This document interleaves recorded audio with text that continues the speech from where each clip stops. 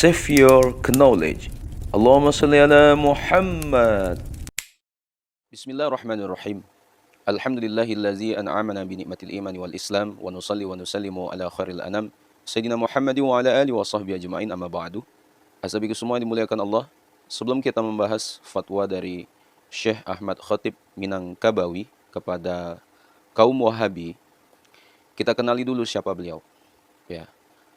Syekh Ahmad Khatib Al-Minangkabawi, beliau dilahirkan di Sumatera Barat pada 1860. Sebelum belajar di Mekah, beliau sempat mengenyam pendidikan di Quick School atau sekolah guru The Fort The Cock, Bukit Tinggi. Pada usia 11, barulah beliau pergi ke Tanah Suci.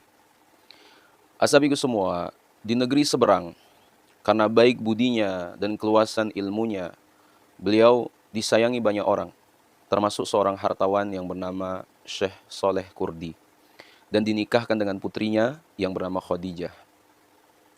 Azabiku semua yang dimuliakan Allah, beliau menjadi guru bagi para penuntut ilmu dari Nusantara. Di antaranya ada Kiai Haji Ahmad Dahlan, pendiri Muhammadiyah, kemudian Hadratus Syekh Kiai Haji Hashim Asy'ari, pendiri Nahdlatul Ulama, kemudian Syekh Abdul Karim Amrullah, ayah Buya Hamka, Syekh Ibrahim Musa Parabe, Syekh Jamil Jaho, dan lain-lain. Selain itu, beliau juga diangkat sebagai mufti mazhab Syafi'i di Masjidil Haram. Menurut penuturan Buya Hamka, berdasarkan catatan ayahnya, Syekh Ahmad Khatib hanya sekali pulang ke Indonesia selama beberapa bulan. Setelah itu, beliau kembali ke Mekah sampai akhir hayatnya. Meski beliau menetap di Mekah hampir seumur hidupnya, tapi kecintaannya kepada tanah kelahiran Minangkabau tak pernah luntur. Ya, dari catatan ayahnya, Buya Hamka mengetahui jika guru ayahnya itu sangat suka jika ada yang mengiriminya rendang, ya, dan belut kering. Namun beliau selalu menolak jika diajak pulang ke negeri Minangkabau, ya, sambil menggelengkan kepala dan muka beliau muram, ya, dan beliau berkata, biarlah saya meninggal di tanah suci ini. Asabiku semua, beliau cinta ke Minangkabau, tetapi beliau tidak suka akan adatnya yang berpusaka kepada kemenakan. Ya, tulis Buya Hamka dalam bukunya Ayahku. Keluasan ilmu Syekh Ahmad Khatib itu sempat membuatnya tak disukai, ya, sebagian ulama di Mekah yang menganggap pada waktu itu orang Melayu tak cakap dalam urusan agama. Ketidaksukaan ulama-ulama ini juga menimpa Abdul Karim Amrullah alias Haji Rasul, ayah Buya Hamka, hanya karena ia salah satu murid Syekh Ahmad Khatib. Engkau tidak usah mengaji dengan aku lagi, ilmumu sudah cukup untuk mengajar. Pada waktu yang muskil saja engkau datang bertanya kepadaku, ucap Syekh Ahmad Khatib kepada Haji Rasul. Atas perintah gurunya, Haji Rasul pun mulai mengajar di rumahnya. Dari hari ke hari jumlah murid yang mengaji kepadanya semakin banyak, ya, sehingga rumahnya tak sanggup menampung lagi. Ya, persoalan ini ia sampaikan kepada Syekh Ahmad Khatib. Gurunya menyuruh ia agar pindah ke Masjidil Haram. Haji Rasul pun menurut dan mulai mengajar di suatu tempat di Masjidil Haram yang bernama Bab Ibrahim di bawah Menara Putih. Saat Haji Rasul mengajar, tiba-tiba datang Muhammad Syahid Babsil, ulama Masjidil Haram. Ia melarang Haji Rasul mengajar di masjid tersebut. Haji Rasul tentu saja kaget, sebab ia melihat banyak pengajar lain yang tak dilarang. Guruku Syekh Ahmad Khatib, imam dan khatib dalam masjid ini yang menyuruh saya mengajar di sini. Kalau bukan beliau, mana saya berani? Kata ayah Buya Hamka. Asabiku semua mendengar perkataan itu, sang pelarang semakin marah dan mengancamnya akan dilaporkan ke polisi. Ya. Dan kemarahannya semakin menjadi-jadi saat Haji Rasul menantangnya. Ya. Kalau Paduka merasa ragu, ya, membiarkan daku mengajar di masjid ini, Paduka boleh menguji ilmuku dalam segala bab pelajaran agama, supaya Paduka tahu kesanggupan saya, kata ayah Buya Hamka. Ketegangan itu berakhir saat wakil Said Babsil yang bernama Syekh Umar Junaid menengahi keduanya. Ia meredakan kemarahan sang pelarang, ya, dan menyuruh ayah Buya Hamka pulang. Nah, sabi semua kejadian itu beliau laporkan kepada Syekh Ahmad Khatib. Tapi gurunya ini malah tertawa terbahak-bahak. Syekh Ahmad Khatib tertawa ya. Sang guru lalu bercerita bahwa beliau juga saat mula-mula mengajar di Masjidil Haram mengalami hal yang sama. Ya, berbagai fitnah menyerangnya. Ya, bahkan orang-orang sempat melemparinya dengan batu hingga lampunya pecah. Engkau dilarang mengajar sebab engkau muridku. Coba engkau suka tempo hari belajar dengan dia. Tentu engkau mudah saja mengajar imbuhnya.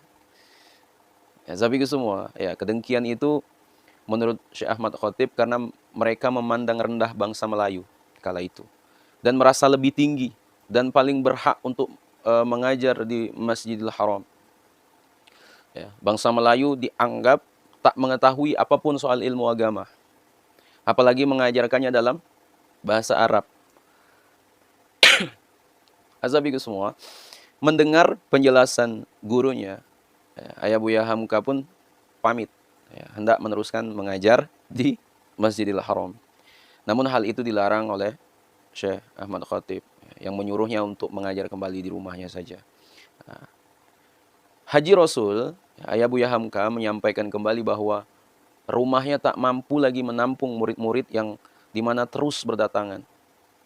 Akhirnya ia disuruh mengajar di rumah kemenakan gurunya. Mengajarlah di dewan yang lapang, ya, di rumah kemenakanku Siti Habsyah, ya, di Berhatil Awaji, ya, dan tak usah menyewa di sana, gratis saja. Ucap Syekh Ahmad Khatib.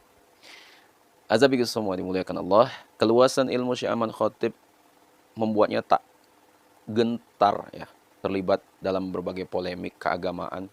Beliau sempat berdebat dengan Sayyid Utsman Betawi, ihwal masjid yang akan digunakan untuk sholat Jumat.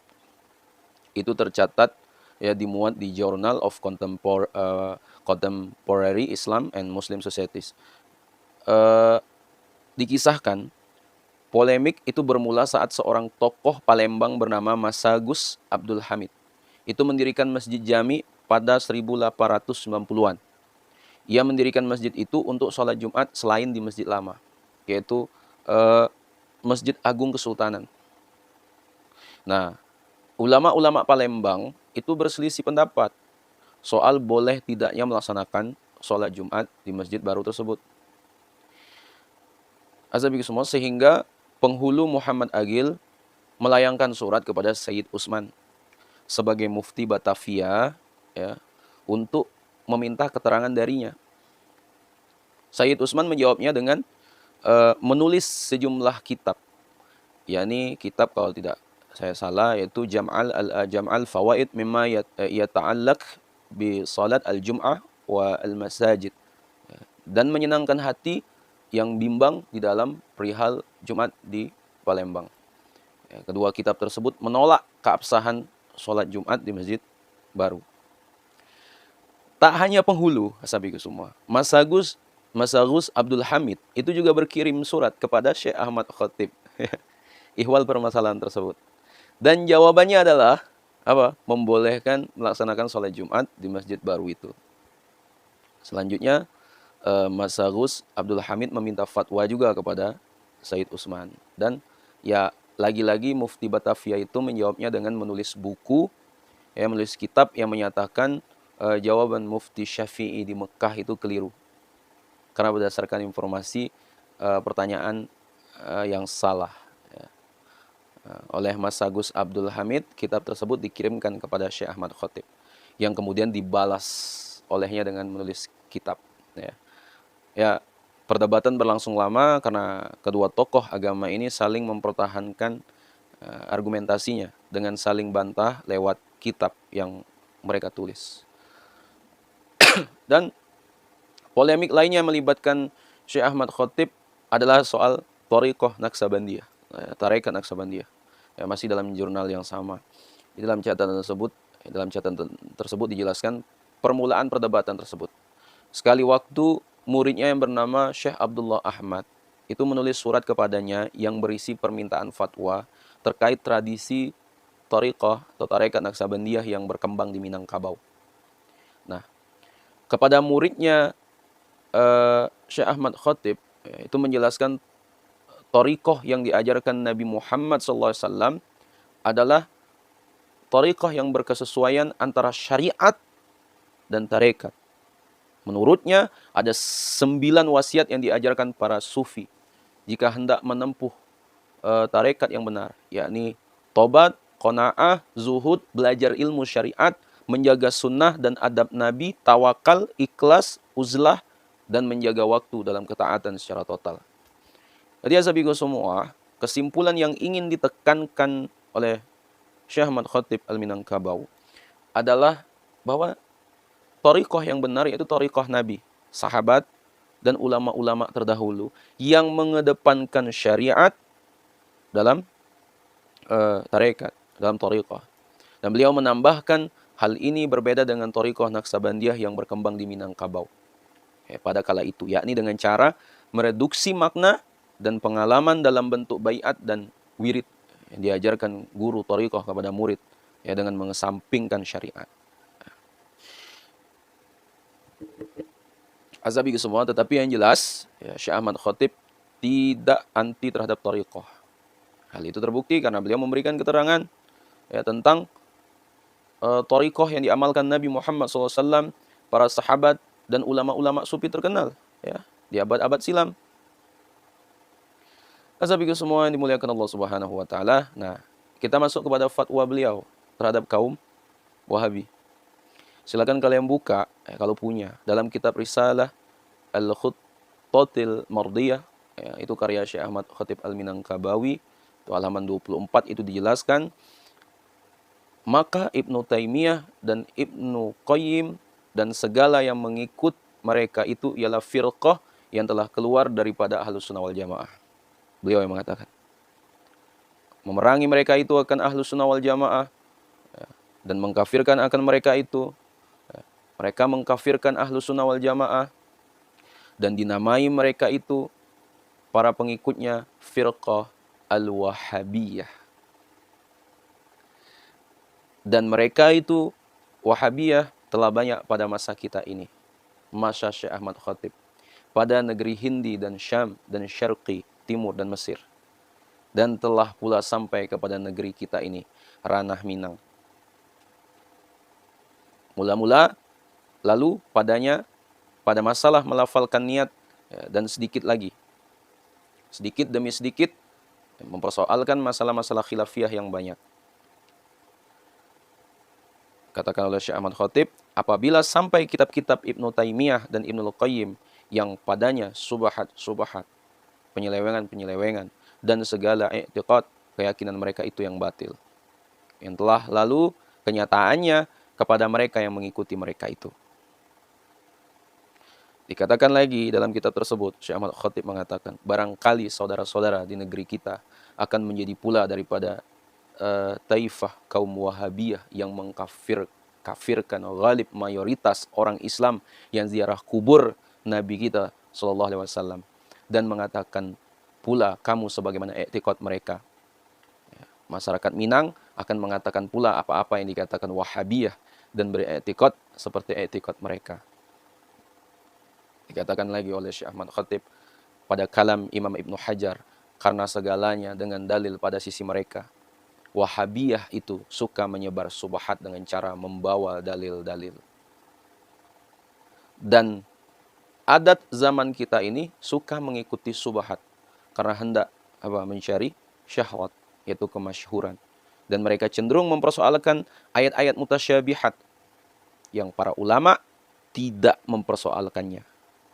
Dikatakan lagi oleh Syekh Ahmad Khatib, orang yang kurang ilmu dan yakin dengan agamanya akan sesat ia dengan dia.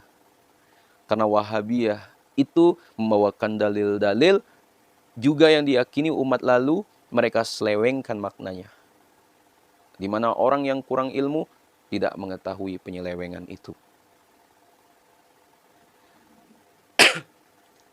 Jika menerima saudara-saudara akan nasihat saya, hendaklah diterima.